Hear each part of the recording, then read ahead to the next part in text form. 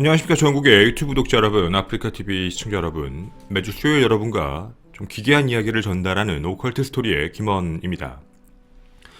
오늘 여러분과 함께 이야기하게 될 사건은 2018년 중국에서 발생한 사건입니다. 좀 정확히는 2016년에 발생한 사건인데 2018년 8월에 형이 확정난 사건입니다. 이 내부의 이야기도 좀 복잡했고, 그리고 정말 사람들이 좀 가여워하는 사람들이 있었던 내용이었습니다. 정말 그 내용이 어디까지가 진실이었고 정말 그 내용이 맞는 건지 함께 이야기를 자세하게 풀어가 보도록 하겠습니다. 2018년 8월 23일이었습니다. 이곳은 중국 상하이의 중국인민법원입니다. 이곳에서 한 남자는 절규하고 있습니다. 나는 2016년 용서할 수 없는 큰 실수를 저질렀습니다. 나는 나의 아내를 잃었습니다. 내가 선택만 할 수 있다면 그녀를 살리고 내가 차라리 대신 죽는 게 나을 것 같습니다. 그녀와 제 인생을 바꾸고 싶습니다. 정말 미안하고 정말 후회하고 있습니다. 나는 남은 가족들, 유족들에게 어떠한 것도 할 수 없다는 것도 알고 있습니다. 죽은 제 아내를 위해 저는 벌을 받아야 됩니다. 그는 자신의 아내를 살해한 죄로 자수를 했습니다. 2018년 나이 31세, 이름 주 샤오둥이라는 남자였습니다. 이 남자는 어려서부터 되게 불우한 생활을 많이 했던 사람이었는데 살아온 인생 자체가 되게 불편하고 불운한 사람이었습니다. 어린 시절 부모님이 이혼을 하고 나서 상해 홍커우의 좀 오래된 아파트, 거기서 어머니와 생활을 하며 학업도 다 마치지 못한 채 일찍 생활전선에 뛰어들어 학업의 길보다는 이제 생활전선을 먼저 걸었던 사람이었습니다. 그렇게 자신의 인생에 대해서 뭔가 정립이 잘 안 되고 힘든 나날을 계속 보내고 있을 때쯤 이 사람에게 한 줄기 빛 같은 일이 생깁니다. 사람에게 일생일 때 3번의 기회가 온다고 하는데 어쩌면 그 3번의 기회가 한 번에 온 건지도 모르는 상황이었습니다. 바로 평생을 함께할 사람을 만나게 됐던 겁니다. 당시 주샤오 등이 물품을 판매하는 일 같은 걸 하고 있었을 때 같이 일을 하던 친구가 자기가 아는 사람 중에 괜찮은 사람이 있는데 너도 성실하고 착하니까 한번 만나보는 게 어때? 라고 해서 소개를 해주게 된 겁니다. 그때 당시에 함께 만났던 사람은 바로 이분입니다. 당시 상하이 사범대 중어중문과를 졸업을 했고 초등학교 교사 생활을 하고 있던 동갑내기 양 리핑이라는 분이었습니다. 이렇게 이들은 뭔가 서먹한 만남을 했지만 어찌되었든 서로의 조건이나 배경을 보고 만났던 건 아닙니다. 그냥 열심히 사는 남자, 그리고 어렸을 때부터 모범생처럼 살았던 여자, 이 둘이 하나에 만나서 하나의 가정을 이루게 되는 어떻게 보면 되게 아름다운 모습이었던 거죠. 이렇게 이들은 2015년 12월에 결혼을 하게 됩니다. 이렇게 그들의 행복한 생활만이 이제 영원히 남았을 거라고 생각을 했습니다. 그런데 이 행복한 결혼 생활이 오래가지 않았던 게 문제였습니다. 양 리핑이 결혼을 한 직후 얼마 안 있다가 초등학교 교사직을 그만두게 됩니다. 학교 다니기 싫다, 일하기 싫다, 나 그냥 집에서 그냥 집안에 있는 살림이나 좀 하겠다, 그냥 돈을 쓰겠다, 이런 식으로 생활 태도가 바뀌었던 거죠. 집에서 생활을 하며 샤워 등의 경제력, 즉 생활력으로 가정을 이끌다라고 이제 얘기가 바뀌어버리게 된 겁니다. 문제는 재정적인 측면을 봤을 때 양리핑이 훨씬 더 돈을 많이 벌고 있던 상황이었는데 갑자기 그만둬 버리게 됐던 거죠. 그래서 모든 가정의 책임이 한쪽으로 쏠리게 된 겁니다. 그렇게 둘 사이가 조금 안 좋아지고 균열이 가는 상황이긴 했지만 어쨌든 어렸을 때 열심히 살았던 바로 이 남자는 최선을 다해서 가정을 이끌기 위해 일도 하면서 그리고 부부의 관계에 대해서도 잘 이끌려고 노력을 하게 됩니다. 그리고 결혼한 지 1년이 안 됐을 시간이었는데 2016년 10월 14일 이 둘의 그동안의 오해도 풀 겸 그리고 뭔가 얘기도 좀 나눌 겸 미래에 대한 이야기도 좀 할 겸 좀 겸사겸사해서 항저우로 함께 여행을 다녀오자라고 주유 샤오둥이 제안을 합니다. 그리고 그 부분에 대해서 아내 양리핑도 알겠다라고 하고 마지못해 따라가게 됐는데, 당시 주유 샤오둥은 호텔부터 기차 그리고 여행 계획 이런 모든 것을 철저하게 준비하고 즐겁게 해주기 위해 함께 다녀오게 된 겁니다. 근데 당시에 10월 14일 다녀왔음에도 불구하고요, 같이 여행 간 부분을 만족하지 못했던 겁니다. 재미가 없다, 호텔이 더럽다, 기차는 왜 이렇게 불편하냐, 계속적으로 불평불만을 얘기를 했던 거죠. 그리고 그 화는 안에서 풀면서 그동안의 오해를 좀 풀고 부부관계가 잘 되길 바랬는데 집에 와서도 계속되었던 겁니다. 결국 순간적으로 화를 참지 못했던 주 샤오둥이었죠. 아내가 이런 얘기를 해버린 겁니다. 이럴 줄 알았으면 결혼하지 말걸. 왜 내가 너랑 결혼했는지 모르겠다. 이런 이야기를 보며 들게 되고, 자신의 어린 시절 부모님이 이혼했을 때의 모습을 회상하게 돼버린 겁니다. 아내에게 이렇게 얘기를 한 거죠. 자기가 정말 사랑하는 아내인데 이제 좀 그만 말해달라. 이제 그만 듣고 싶다, 그 얘기는. 라고 얘기를 했지만 아내는 계속적인 폭언을 했던 겁니다. 결국 그 부분에 대해서 화를 내다 보니까 더 이상 말을 못하게 해야 되겠다라는 생각에 순간적으로 입을 틀어막고 사람을 누른 겁니다. 그렇게 누르고 있다가 한 5분 정도 더 이상 말을 하지 않는 아내를 확인하고 이제 말이 끝났나 싶어서 손을 뗐지만 아내는 그렇게 사망을 했습니다. 사인은 경부압박 질식사입니다. 그렇게 자신의 아내를 자신의 손으로 죽였다. 그리고 아내를 잃었다는 슬픔과 죄책감, 그리고 양심의 가책을 느끼며 하루하루를 보내던 주 샤오둥은 무려 105일의 시간 동안 슬픔 속에서 보내게 됩니다. 그리고 결국 2017년 2월 1일 자신의 장인 장모, 양리핑의 부모님이죠, 살인 사실을 고백을 하게 됩니다. 그리고 경찰에 직접 자수를 했죠. 자기가 사람을 죽였다, 내가 모든 잘못을 했고 나는 처벌을 받아야 된다 라는 이야기를 울면서 법정에 들어서게 됐던 겁니다. 자, 이게 바로 주 샤오둥 남자의 한 이야기입니다. 들어보시면 물론 살인은 어떤 부분에서도 정당화될 수 없는 부분입니다.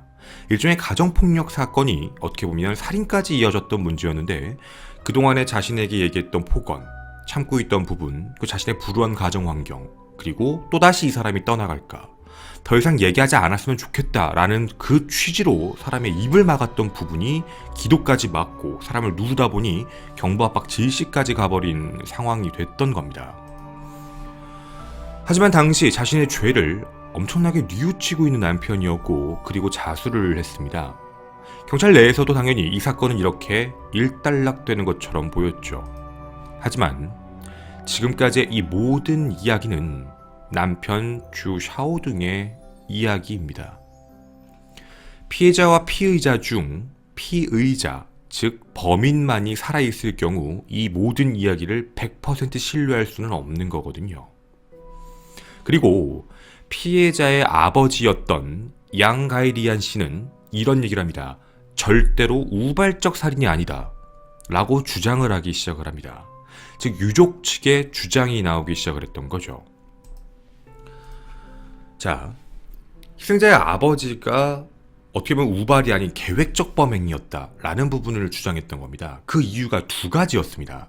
그 두 가지 이야기를 한번 자세하게 들어보려고 합니다. 첫 번째 이유가 뭐였냐면 바로 SNS 문제였습니다.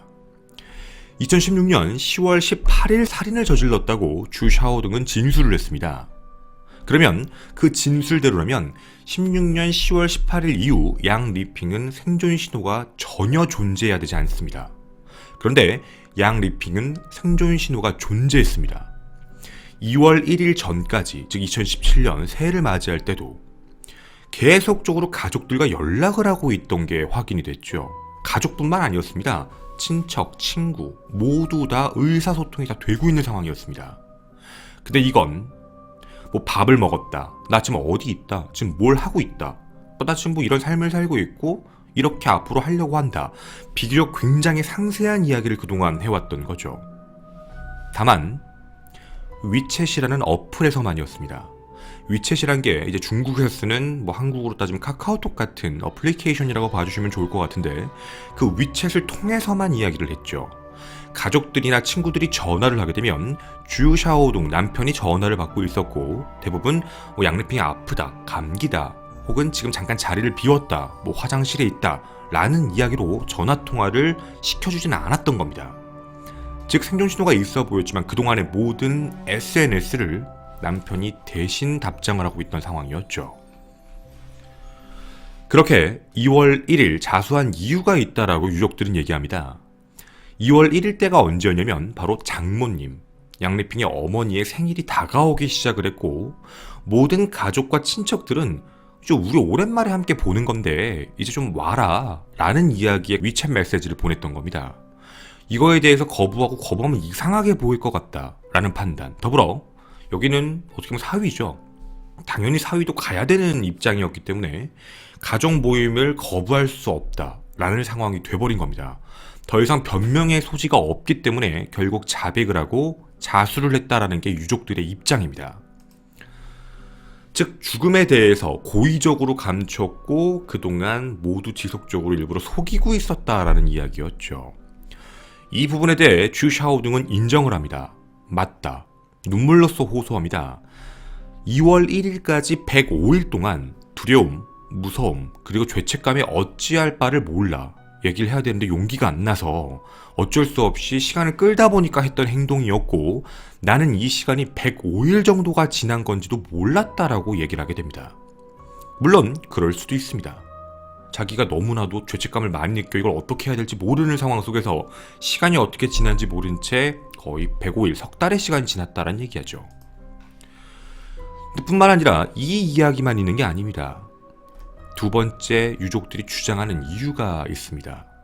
바로 양리핑의 시신의 모습이었습니다.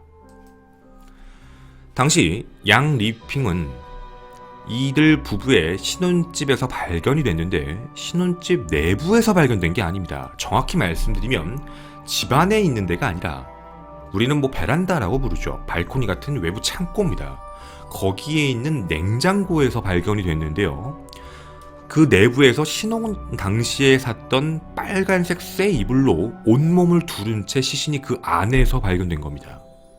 그러니까 살이 저지르고 나서 시신을 처리해야 될 방법을 몰라 이불로 덮고 냉장고 안에 시신을 넣어놨던 거죠. 유족들은 이렇게 얘기합니다. 만약 정말 죄책감 때문이라면 이렇게 함께 결혼할 때 골랐던 이불로 차디찬 냉장고에 105일 동안 넣어둘 수는 없다라고 주장을 하게 됩니다. 근데 이 부분에 대해서 이제 주 샤오둥은 이런 얘기를 합니다. 내가 사랑하는 사람이 시간이 지나면 부패되는 걸 더 이상 보고 싶지 않아서 조금이나마 온전히 그 모습 그대로 보존해야 된다. 그리고 그대로 이제 어떻게 보면 나중에 장례를 치러야 된다라는 생각 때문에 자기와 함께 샀던 자기와의 추억이 있던 이불로 감아 그렇게 냉장고에 넣어놓은 것이다 라고만 이야기를 합니다. 물론 본인이 잘못했다라는 이야기를 한 거죠. 과연 정말 그는요, 순수하게 자신의 아내를 사랑했고 어린 시절 불우한 경험이 촉발 요인이 되어서 분노를 감추지 못하고 순간적인 실수를 죽이고 그리고 그 이후에 자수를 한 남편이었을까요? 아니면 유족들의 말대로 정말 철두철미하게 뭔가 계획을 했고 은폐하기 위해 행동을 했던 걸까요? 당시 이 얘기가 밖에 나갔을 때 사람들의 이야기는 양분됩니다. 남편이 나쁜 놈이다, 악마다. 근데 한쪽에선 저게 살인한 건 정말 나쁜데 지금 둘 사이의 이야기를 종합을 해보면 남편은 살인 전에 대한 이야기를 하고 있고 유족은 살인 이후에 대한 이야기를 하는 상황이었습니다. 좀 냉정하고 어떻게 보면 참 나쁜 생각일 수 있지만 살인 자체는 우발적으로 범행이 저질러졌고 그 이후에 어떻게 얘기할 바를 모르니까 위챗으로 대신 얘기를 했고 시신을 그 이후에 그렇게 보관했다. 이건 사건 이후의 이야기죠. 하지만 그 전의 이야기, 물론 주 샤오둥의 주장이긴 하지만 자신의 불우한 환경 때문에 어쩔 수 없이 우발적으로 말을 그만하게 하려고 그러다 죽이게 됐다. 즉 이 부분에 대해서는 모두 다 납득을 할 수밖에 없는, 받아줘야 되는 그런 상황이었던 겁니다.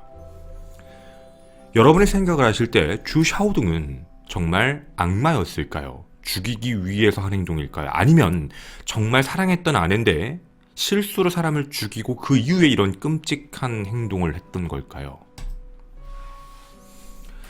하지만 충격적인 사실이 나타납니다. 주 샤오둥은 악마였습니다. 첫 번째 이유가 있었습니다. 10월 18일 사망하기 2주 전 주 샤오둥은 두 가지를 구매합니다. 하나는 책이었습니다. 하나는 냉장고였습니다. 정확히 표현을 해드리면 2016년 8월 28일쯤 약 새벽 2시 정도에 인터넷으로 책을 주문한 기록이 나오는데 주문한 사람 이름이 주 샤오둥입니다.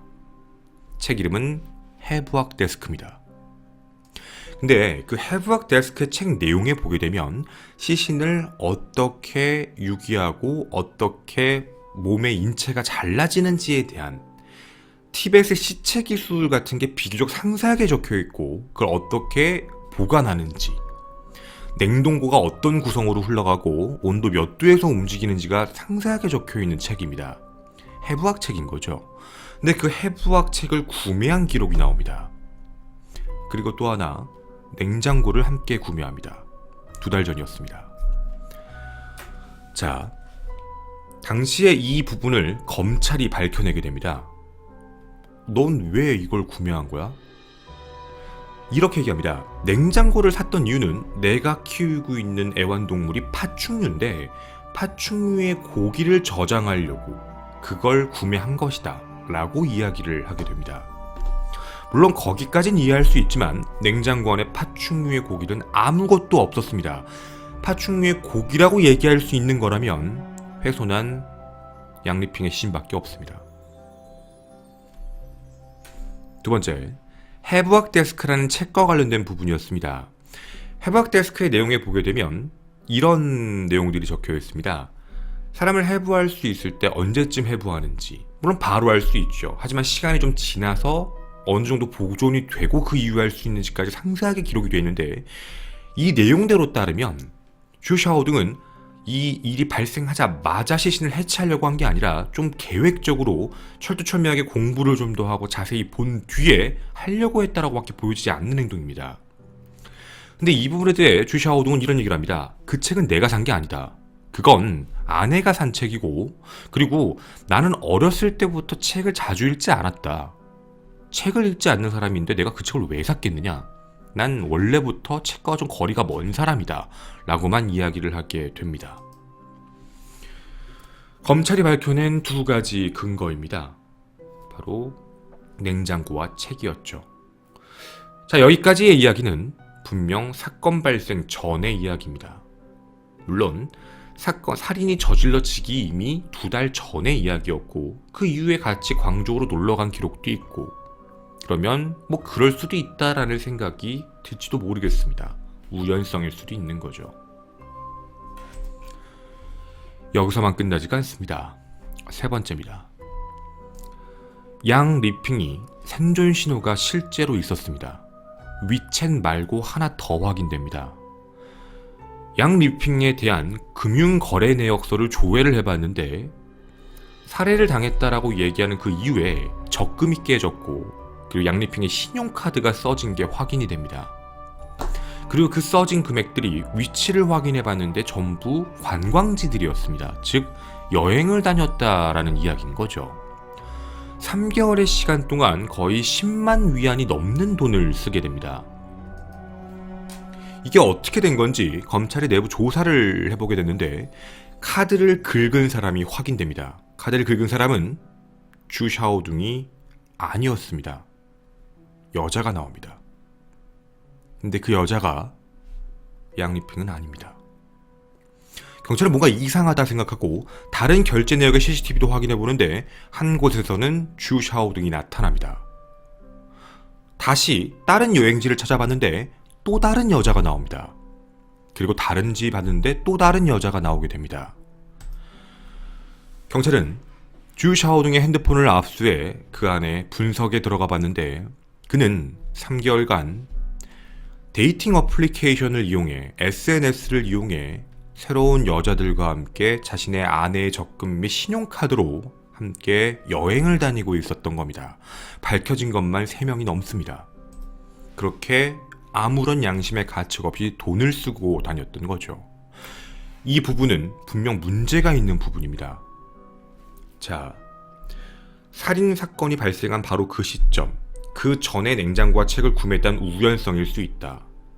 2월 1일 자수 이후에 그 SNS를 그렇게 했다더라, 보존을 그렇게 했다더라, 이 부분도 뒷이야기.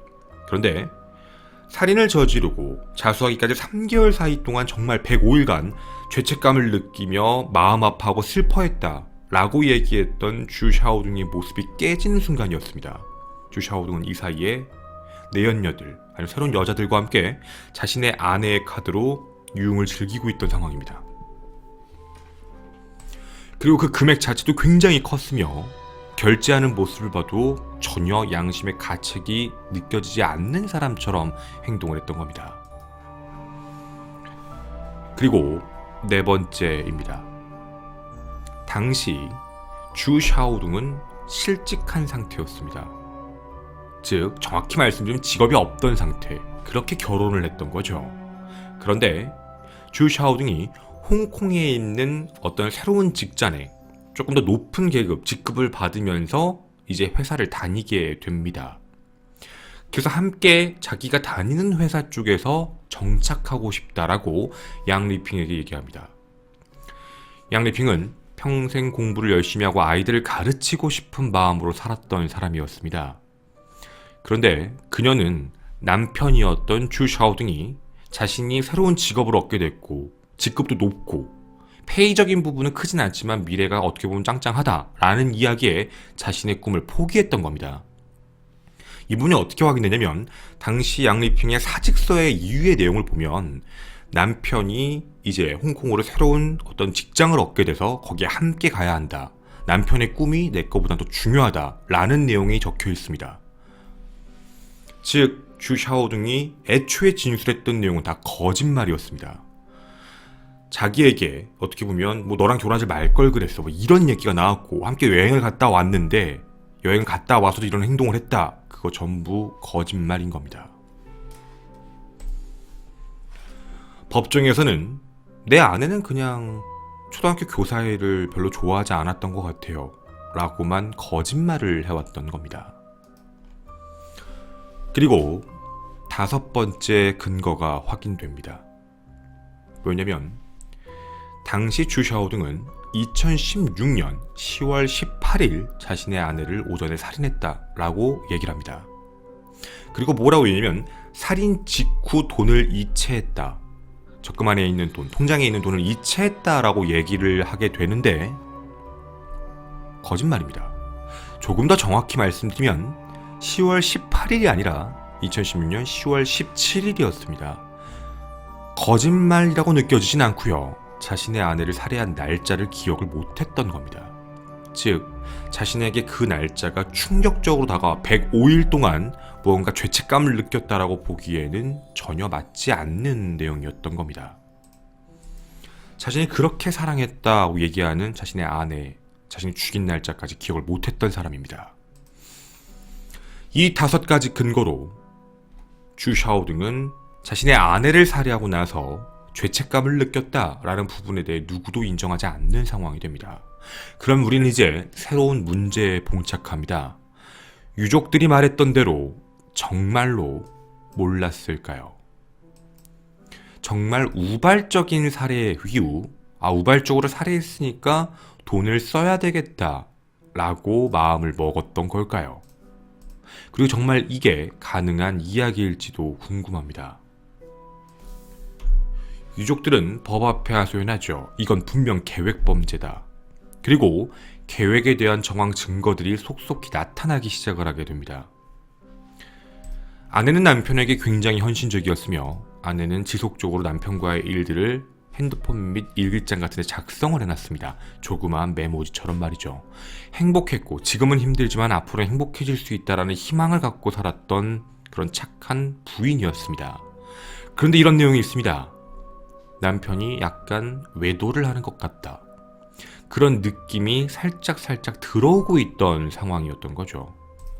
즉 데이팅 어플입니다. 여기 있던 주샤오 등은 살인이 발생하기 전에도 지속적으로 약간 데이팅 어플을 이용하고 있던 상황들이 확인됐던 거죠. 그리고 결국 추측이지만 이 부분이 부부 사이의 갈등의 소재가 됐고 들켰다거나 촉발 요인이 터지며 이 부분을 막기 위해 주샤오 등이 혹시 살인을 저지른 게 아닌가라는 문제였던 겁니다. 다시 처음입니다. 한 남자가 2018년 8월 23일 상하이 중급 인민법원에서 억울함을 하소연하고 있습니다. 나는 아내를 죽였고 그리고 분명 벌을 받아야 된다 라고 이야기하고 있습니다. 이 부분에 중국 인민법원은 바로 대답을 해줍니다. 사형. 죄를 뉘우치고 자수를 했지만 죄를 뉘우쳤다고 보기도 어렵고 자수를 했다고도 인정할 수 없다였습니다. 왜냐면 들킬 게 두려워서 자수했다고 이해를 한 거죠. 사형을 피하기 위한 수작으로 확인을 했던 겁니다. 그렇게 너가 원하는 대로 너는 처벌을 받아야 되고 죄를 받아야 된다. 분명 말한 대로 아내와 삶을 바꾸고 싶다라고 얘기할 정도였으니 너에게 사형을 선고한다 라고 이야기를 하게 됩니다. 주샤오 등은 사형 선고를 받은 즉시 항소합니다. 자신이 죽을 이유는 없다는 얘기죠. 당연히 사형 집행이 되고 사형 처리가 될 거라고 다들 생각하고 있습니다. 너무나도 계획적이고 너무나도 잔혹한, 그리고 어쩌면 자신에게 어떠한 배경도 바라보지 않고 자신만을 사랑해줬던, 어떻게 보면 굉장히 어여쁜 자신의 아내였습니다. 그 아내에게 엄청난 죄를 짓고도 아내에게 오명까지 씌웠던 악마였던 거죠. 이런 이야기를 하고 있습니다. 사형을 받고 지옥에 가거든 저승에 가거든 다시 딸을 만나 반드시 사과해라. 저는 오컬트 스토리의 김원이었습니다. 감사합니다.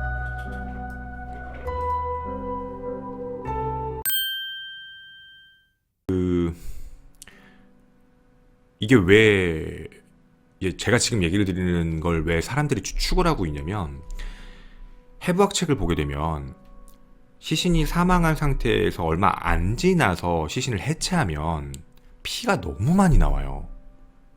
그러니까 피에 대한 문제가 생겨요. 그래서 시신을 꽁꽁 싸매고 냉장고에 넣어놓은, 냉동실에 넣어놓은 상태에서 나중에 꺼내서 해체를 하게 되면 그만큼 이제 피가 솟구치는 게 아니기 때문에 어떻게 보면 처리를 하기가 더 쉽다, 편하다, 그렇게 당연히 적힐 수밖에 없죠. 그러니까 피는 중력 방향으로 굳게 되니까, 어쨌든 심장이 뛰지 않으면. 그러니까 그런 부분이 있기 때문에 이거는 일부러 시간을 조금 더 보낸 거다라고 생각을 하고 있는 거예요. 그렇게 해서 조금 더 어떻게 보면 더 흔적이 많이 안 남게 하려고 했던 것. 그리고 그가 얘기했던 대로 파충류는 키우고 있었거든요. 근데 파충류가 먹을 이제 고기를 안에 넣어 놓으려고 했다라고 하는 표현이 정말 완전히 거짓말이 아니라, 이게 정말 일부가 진실이면 어떡할까에 대한 이야기가 나오고 있는 거 정도예요. 네, 그러니까 훼손을 해서 유기를 할 수 있는 방식이 그쪽밖에 없다라고 판단했는지는 모르겠지만, 어찌되었든 이건 되게 끔찍했던 거예요. 굉장히. 그러니까 뒷이야기예요. 그냥 그 사람들 사이에서 이제 네티즌들끼리 하는 얘기를 여러분한테 전달을 해드린 거고, 그냥 그게 사실 틀린 얘기 같지는 않아요.